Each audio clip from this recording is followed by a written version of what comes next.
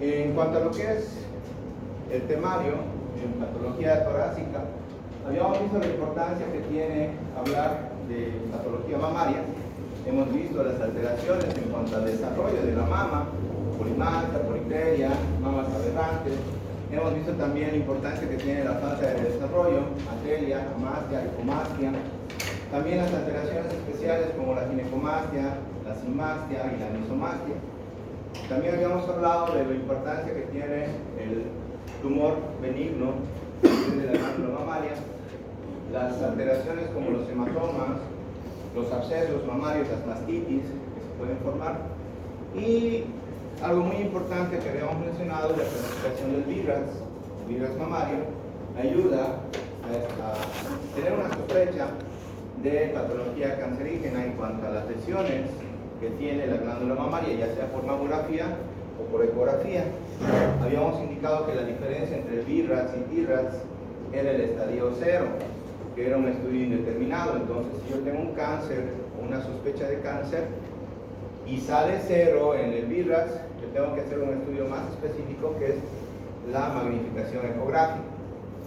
Hemos visto también el tema de cáncer de mama. En cuanto al cáncer de mama, hemos visto la importancia que tienen los factores de riesgo, la clasificación. Ya sabemos que tenemos 4 tipos de cáncer de mama, y el más importante es el carcinoma ductal infiltrante. Entonces sabemos que el ductal infiltrante puede tener repercusión igual que los otros tipos de cáncer en cuanto a lo que es el tamaño del tumor, la invasión de nódulos y la metástasis, ¿no? Entonces hemos visto, según la OMS, esa clasificación del TNM en cuanto al tumor, al nódulo, a la metástasis y a los estadios que vamos a tener. Que también les expliqué la importancia que tiene el hecho de tener un paciente triple negativo, que significa que tengo que descartar que no hay un factor genético asociado al cáncer, un BRCA1 o BRCA2, en algunos países lo conocen como ER1 o ER2, también el hecho de las hormonas, la progesterona y el estrógeno, ¿no? Entonces, esto va a condicionar mucho el acto quirúrgico, ya que habíamos indicado que tenemos 2 variantes importantes, como son la cirugía conservadora y la mastectomía radical modificada. La mastectomía radical modificada va a ser asociada a quimioterapia neoadyuvante y adyuvante, y la cirugía conservadora se asocia con radioterapia, ¿verdad? Eso habíamos visto. ¿Hasta qué tamaño podemos evaluar el tumor para que sea cirugía conservadora? 5 centímetros, ¿no? Pero ahí tengo que ver si es o no triple negativo, ¿verdad? En el caso de que tuviéramos compromiso ganglionar, ¿cómo voy a detectar el compromiso?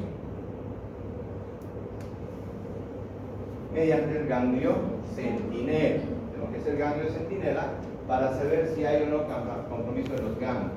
¿Cuáles eran los niveles ganglionares axilares?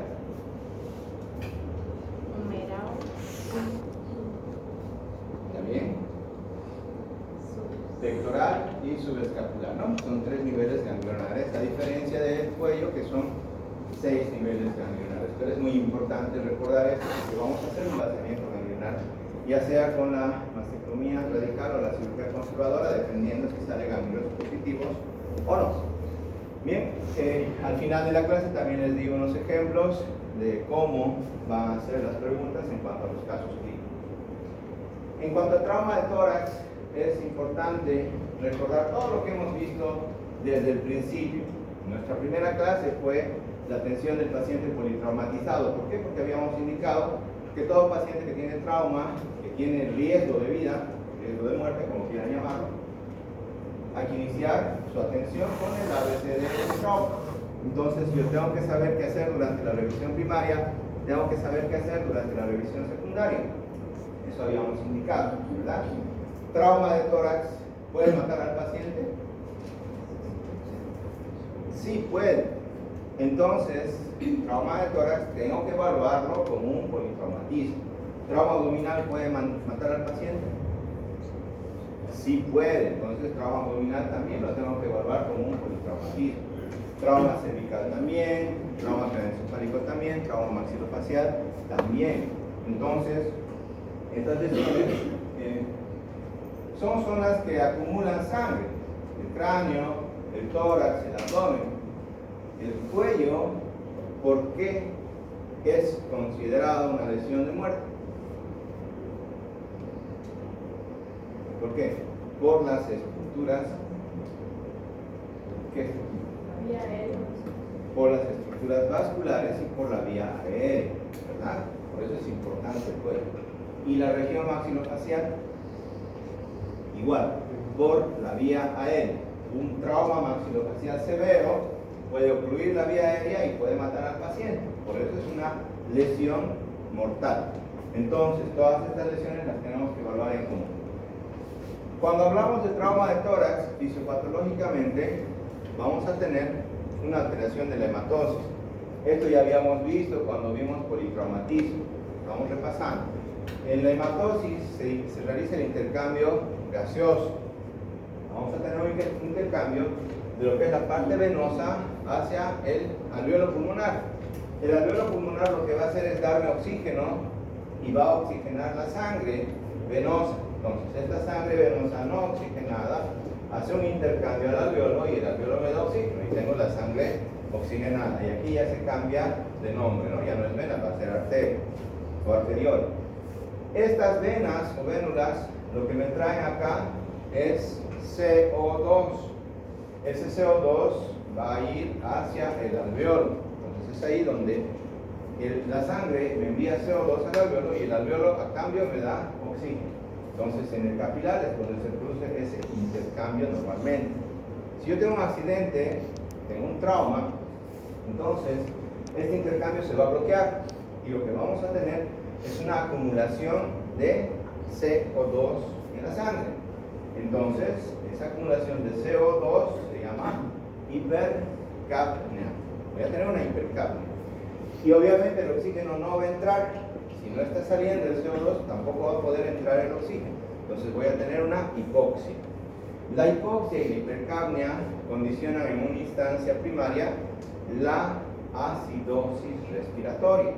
Posteriormente vamos a tener una acidosis mixta, pero primero es respiratoria. Entonces, el paciente que tiene una lesión torácica, tengan en cuenta que va a estar hipóxico, va a estar en acidosis y va a estar en hipercapnia. Entonces, si yo tengo un politraumatismo, aparte de hacer los laboratorios, las radiografías, todo lo que hemos visto en ATLS, sí o sí necesariamente tienen que hacer una gasometría. Sí o sí tenemos que hacer la gasometría. ¿Cómo vamos a clasificar el trauma? Según la penetración, habíamos indicado que voy a tener una lesión a nivel de la pleura parietal. Si se lesiona la pleura parietal, hablamos de trauma penetrante. Pleura parietal entonces es mi límite de lesión. Hasta ahí yo digo que es penetrante. Si atraviesa la pleura parietal, es penetrante. Si no atraviesa la pleura parietal, es cerrado. ¿Cuáles son las causas más comunes? Esta es la más frecuente, el trauma cerrado. Generalmente por accidente de tránsito. Generalmente por el cinturón de seguridad. El cinturón de seguridad es el que produce la lesión torácica y lesión abdominal. En cambio, en el trauma penetrante, puedo tener heridas por arma blanca, por arma de fuego y por cuerpos extraños. Entonces, va a ser más variable el mecanismo de trauma en el trauma penetrante. Bien, entonces lo más común es el trauma cerrado. ¿Qué ocurre según el ATLS?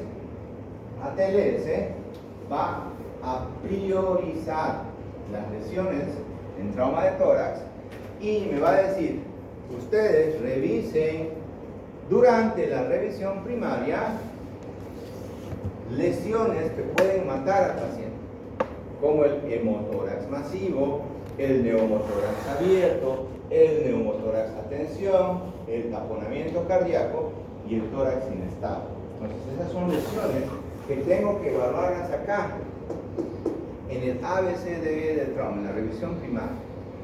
Ahora, ¿tengo lesiones que están evaluables en la revisión secundaria? Sí. Acá va a entrar las contusiones simples, contusión o golpe, ya sea pulmonar o cardíaco, va a estar la fractura, fracturas simples o fracturas múltiples, va a estar lo que son las lesiones del árbol traqueobronquial, lesiones de esófago, lesiones de aorta, va a estar la lesión del diafragma, va a estar el neumotórax simple, el hemotórax simple, en esta etapa de la revisión secundaria.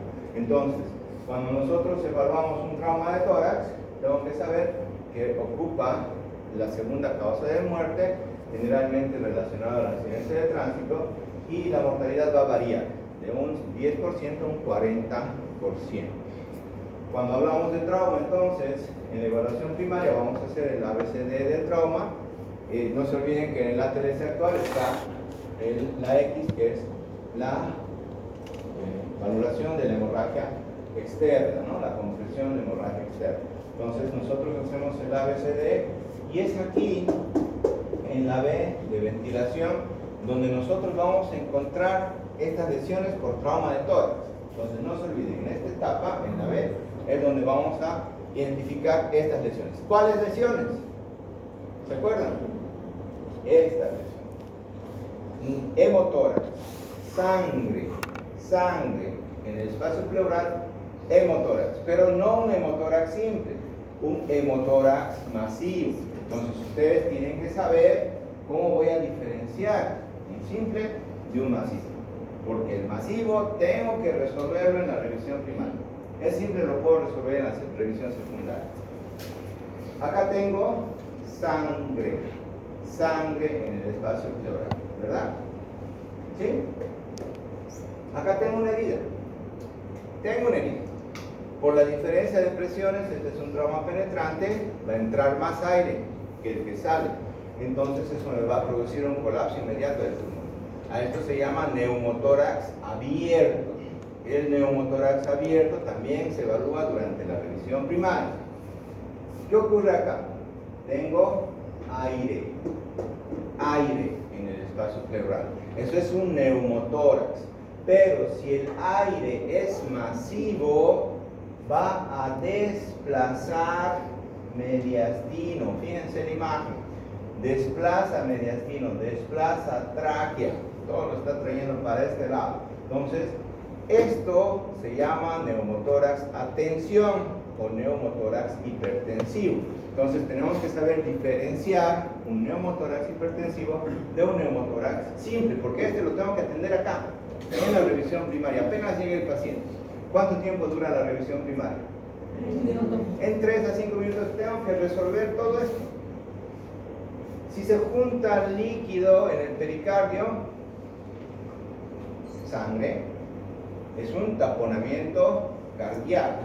El taponamiento cardíaco también entra dentro de la revisión primaria según el ATLS. Y finalmente, las fracturas múltiples, pero no cualquier fractura múltiple, sino aquella que tenga 2 o más fracturas en 2 o más costillas consecutivas.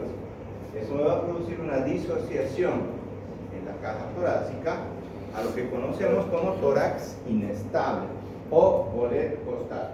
Entonces, esto es sumamente importante porque lo tengo que identificar y reconocer como con la clínica.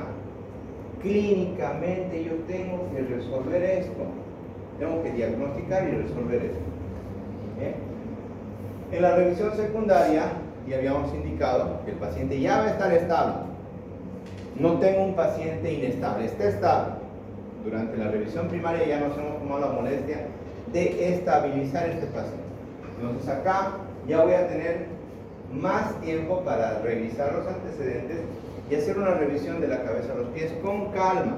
Entonces, las lesiones en trauma de tórax que entran en esta etapa son la contusión, el neumotórax simple, el hemotórax simple, las lesiones de diafragma que me van a producir hernias diafragmáticas, lesiones de mediastino, tráquea, esófago y aorta, y las fracturas costales, ¿no?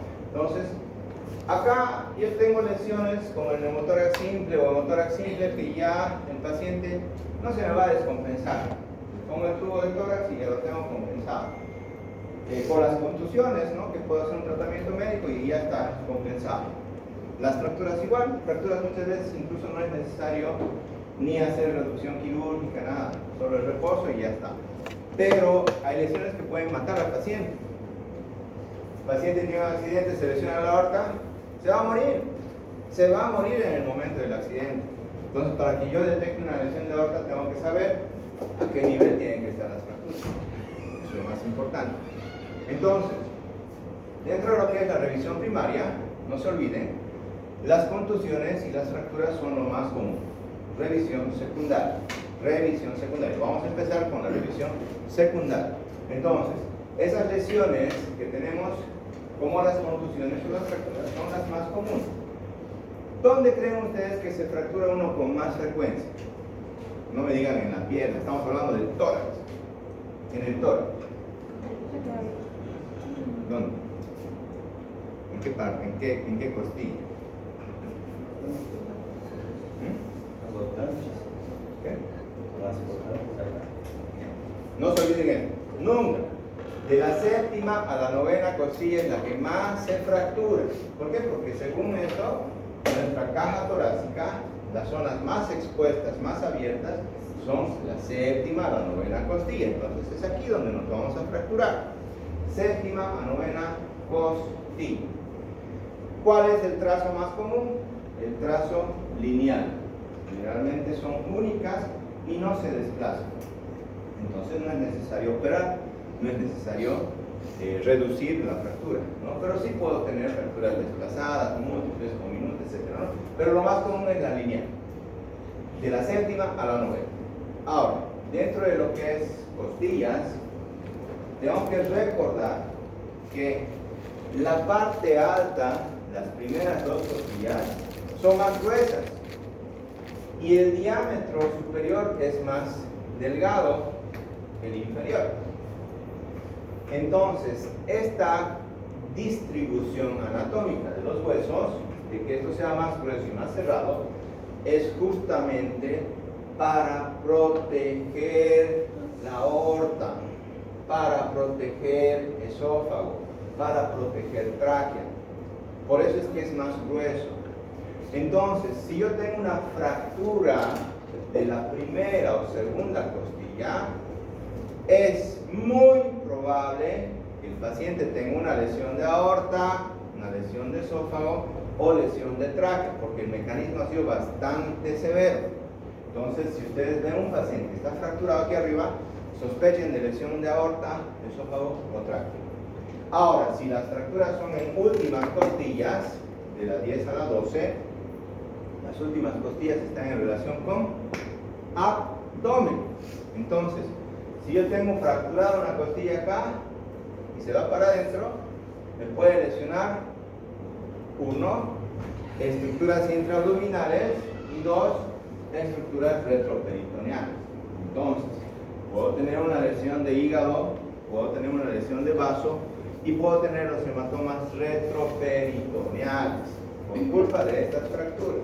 Entonces, siempre es importante evaluar si yo voy a tocar las fracturas, que lo hago en la revisión secundaria. En la primera no toco fracturas, es en la revisión secundaria. Voy a ver si hay lesión en las últimas costillas y ahí me enfoco en revisar si hay algo o no en abdomen. Por eso ahí hacemos también la ecografía para ver si hay acumulación de 35 a 45% de todas las lesiones en cuanto a trauma de tórax corresponden a fracturas simples y contusiones, que son lo más común. ¿Qué hacemos si tengo un cuerpo extraño en el tórax? No hay que retirarlo. Eso es muy importante. No lo vamos a retirar directamente en el quirófano. ¿Qué creen que es eso? ¿Quién me da el diagnóstico? Eso es tal cosa.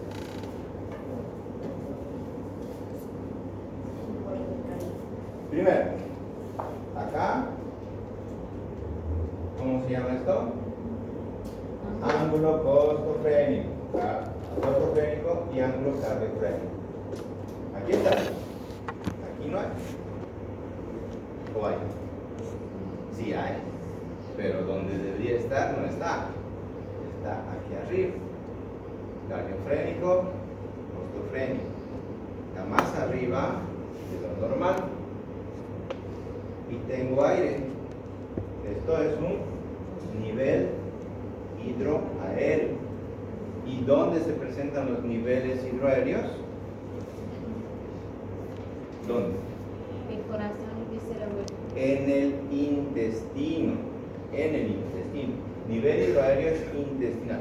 Si fuera perforación de víscera hueca sería neumoperitoneo, es otra cosa. El nivel hidroaéreo es intestinal. Entonces, si yo tengo un nivel hidroaéreo, es porque tengo intestino aquí arriba. ¿Es normal tener intestino en el tórax? No.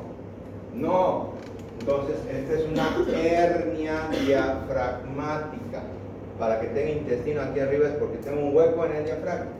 Esta es una hernia diafragmática. Son más comunes del lado izquierdo, porque en el derecho tengo el hígado. El hígado me va a proteger de que no se hagan las hernias. Entonces, igual esta es una lesión de revisión secundaria, porque no se va a presentar la hernia de esa forma inmediatamente. Tarda mucho tiempo en manifestarse. Puede tardar meses o años en formar la hernia traumática. Esto lo vamos a ver en detalle cuando hagamos patología del diafragma. Pero ya, para que vayan sabiendo las hernias diafragmáticas, la forma de hacer diagnóstico es clínico. Si yo escucho ruidos hidroaéreos en el tórax, de sospecha de hernia, le hago la radiografía, veo los niveles, es hernia diafragmática. En caso de los hemotórax y neumotórax, entonces aquí yo tengo que saber, aquí es la forma de que yo voy a diferenciar uno simple de uno masivo.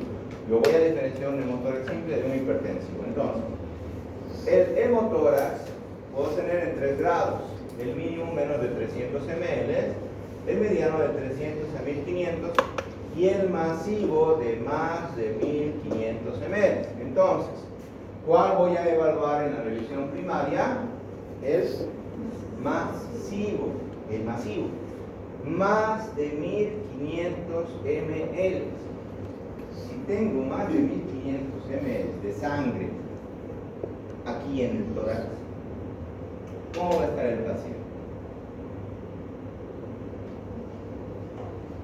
En shock. Está perdiendo sangre, más de 1,5 litros. Por eso es importantísimo evaluar durante la revisión primaria. Está en shock. Este hasta 300, este de 300 a 1500. ¿Y cómo yo me puedo dar cuenta en la radiografía? Por gravedad, la sangre va a ir para abajo, ¿verdad?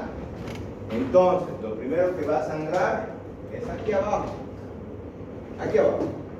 ¿verdad? Entonces, si sangra hasta la octava costilla, es mínimo. Si sangra hasta la cuarta costilla, es mediano. Si sangra más allá de la cuarta costilla, es masivo. ¿Cómo voy a detectar esto? Fácil. Semiología básica. Inspección, palpación, perfusión, auscultación. Todo lo que han estado repasando los que han hecho sus historias clínicas, ¿no? Entonces, si yo voy a evaluar el tórax, a la inspección, voy a tener disminución de la movilidad respiratoria. Voy a tener aumento de la frecuencia respiratoria. El paciente va a estar más disneico. Si tiene sangre, mientras más sangre tenga, más disneico va a estar el paciente. A la palpación, ¿cómo va a estar la vibración vocal? Si tengo sangre, va a estar disminuida o ausente. Si tengo sangre, la elasticidad y expansividad va a estar disminuida.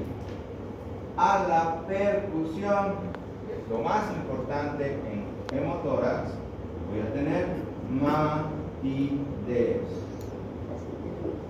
Y finalmente a la auscultación, ausencia del murmullo vesicular. Eso es lo que tengo que revisar, lo que ya les enseñó en semiología, lo que se supone que deberían estar practicando.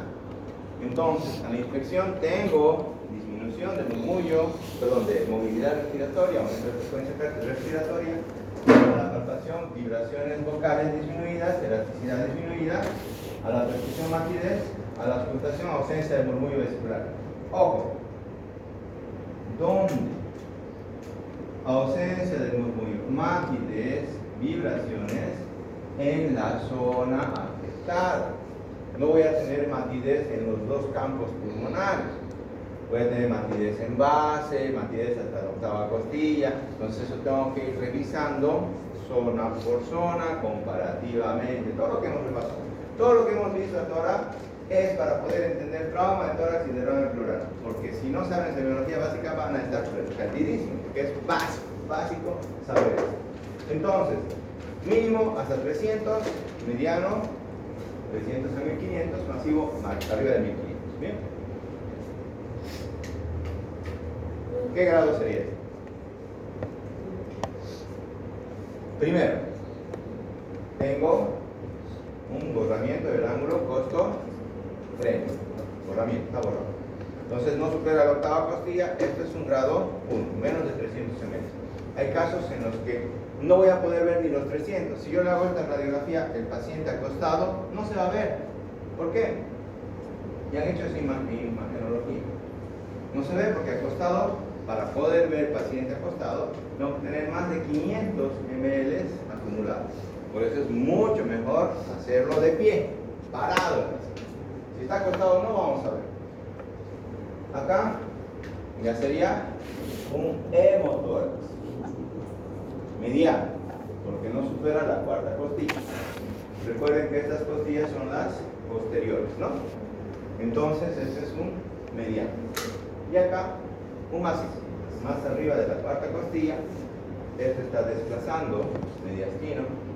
Entonces, si yo no estoy muy entrenado en semiología y hacemos la radiografía, asústense cuando vean esto. Esto es para operar. Es un hematórax masivo. Y si lo dejan así al paciente, se les va a morir. Se les va a morir. Entonces tienen que tener mucho cuidado. Hablar de trauma de tórax es delicadísimo. Tienen que saber, todo esto que estamos viendo está en el ATLS, en el capítulo de trauma de tórax, repásenlo, porque van a tener casos así en emergencia. Neumotórax, tengo un mínimo que es hasta 15%, moderado, de 15 a 35%, y el extenso total que va de 35 al 100%. Ahora, ¿cómo voy a saber que tengo aire? El aire por gravedad se va a ir para arriba, a diferencia de la sangre. Estamos hablando de espacio pleural. Neumotórax, aire en el espacio pleural. Entonces, ¿cuál va a ser mi límite de referencia? Clavícula. La clavícula. Si yo tengo aire hasta antes de la clavícula, si no supera la clavícula, es un mínimo. Si llega hasta la clavícula y llega hasta la base, es moderado. Si atraviesa la línea media clavicular, es hipertensivo. Es hipertensivo. Entonces, antes de la línea media clavicular mínimo, línea media clavicular hasta base, moderado, atraviesa línea media clavicular, masivo. Entonces, tanto el hemotórax como el neumotórax masivo e hipertensivo van a producir un colapso pulmonar y una desviación del mediastino, eso que está empujando. Entonces, yo tengo que saber esto básico, porque es muy diferente hacer el tratamiento del neumotórax hipertensivo al simple, ¿verdad? Entonces, el simple es considerado el mínimo y el moderado. Acá lo que voy a ver es aire. Entonces, voy a ver esta línea que me va a diferenciar el aire del aire, porque los dos son aire dentro del pulmón, aire dentro de la pleura. Este es uno mínimo, porque no sobrepasa la línea media clavicular. Si llegara esta línea hasta la base, esta línea de acá llega hasta la base, está más negro el pulmón, entonces ese ya es un moderado. Y si atraviesa, fíjense ustedes el negro que tengo acá, que sería en imagenología radioopaco o radiolúcido. radiolúcida. Es diferente a esto, ¿verdad? Porque acá lo que yo tengo es el trauma vascular y tengo el hilio pulmonar también, ¿no? Acá no se ve todo negro. Y está desplazando mediastino. La tráquea, que debía estar aquí al centro, está más a este lado. Entonces, ese es un dato muy importante, porque cuando veamos neumotórax hipertensivo, toda la clínica que va a presentar el hipertensivo va a ser por culpa de eso, por la desviación del mediastino. Bien, no se olviden de eso. Entonces, ¿cómo voy a hacer diagnóstico de un neumotórax simple? Inspección, disminución del murmullo vesicular, perdón, de movilidad respiratoria. Inspección, aumento de la frecuencia respiratoria. Si el paciente está en un neumotórax hipertensivo, ya no va a ser pues una frecuencia respiratoria de 22, 23, va a estar en 35, 40, súper elevado. Las vibraciones vocales con el aire, ¿las van a percibir? 33, 33, no se percibe. ¿La elasticidad y expansibilidad va a estar normal? No, porque si tiene aire, igual el paciente va a limitar su respiración, no va a poder expandir este lado. No, grave. Segunda vez que te digo. La palpación. Más. La palpación. ¿Cuál es la diferencia? Perdón, la percusión.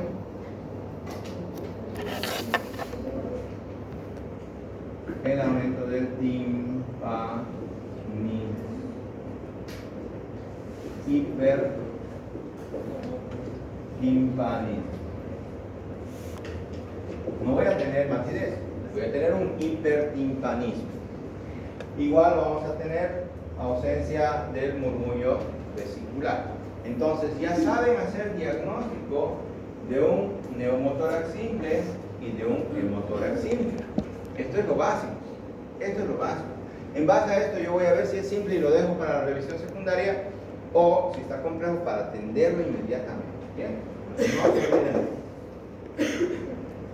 ¿Qué hacemos cuando tengo un neumotórax o un hemotórax simple? Le vamos a poner un tubo. ¿Dónde?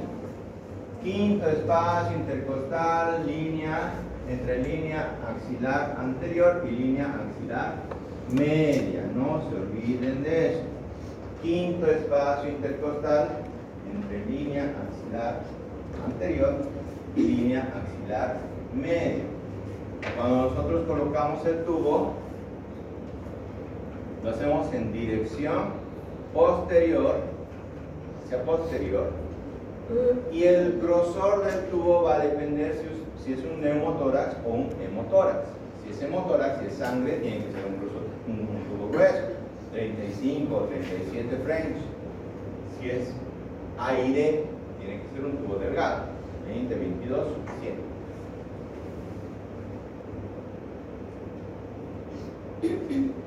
Siempre por encima de la costilla, porque por debajo tengo el paquete vascular nervioso y puedo lesionar. Si lo pongo por debajo va a sangrar. Entonces siempre por encima de la costilla. ¿Cómo sé dónde está el quinto espacio intercostal? Está justo a la altura del complejo pezón-areola. Esa es mi referencia. Complejo pezón-areola, a la misma altura, es mi quinto espacio intercostal. Este tubo lo vamos a conectar a un sistema activo de drenaje, que es el sello de agua o el pleurobanco. Entonces, siempre cuando hacemos el procedimiento, tenemos que mantener las técnicas de asepsia y antisepsia. Hay que colocar anestesia, hacemos una incisión de aproximadamente 2 centímetros, piel, tejido celular, hasta llegar al espacio intercostal, y ahí ya no vamos a poder llegar con el bisturí. Hacemos divulsión. ¿Qué tipo de divulsión? Hacemos divulsión digital con una pinza curva. Puede ser una mosquito curva, una Kelly curva, una Cray curva, o si tiene una Monahan curva, mejor, mucho mejor porque es más largo. Entonces van haciendo la divulsión por planos y van a sentir dos crujidos.